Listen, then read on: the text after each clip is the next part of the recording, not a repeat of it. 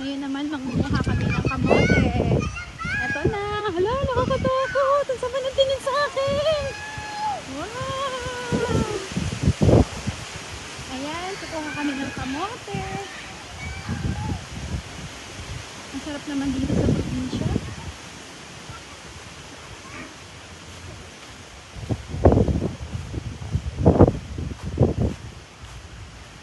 Yun nga lang, di may iwasan. May ganyan talaga. Wow, ang layo pala. Mangingiti bata ako na ito. Okay lang, worth it naman. Kasi yan, worth it ba yan? Char. Yan, lalaki ng tae. My God. Ay, ang layo pala na papuntahan. Yan o, kasama namin. Mangunguha kami ng kamote. Gusto ko yan. May nakukuha ako. Tapos sabay kainin. Solve na ang tanghalian. Kahit hapunan, pwede na. Ayan. Dito kami dadaan. Kamote's life. Alam mo na. O, diba? Ay, kamote pala yan?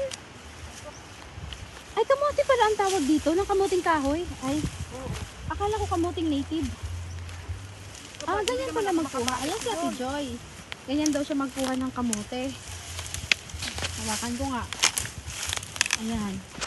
O, diba? Wow. May nakapanguha na pala. Libre lang pala manguha dito.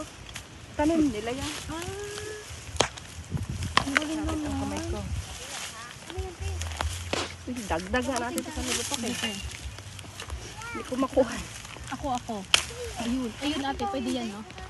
Ay, masarap yung tikamutong kahoy. O, diba? Dami nakuha ni Ate Joy. Matinig. Pakan mo ko. Sige, yan. Yung pa isa. Ito pwede yan, te, na. Ano tayong lagayan, te? Eh, ano na lang natin? Hindi na. Babalik kayo? Opo.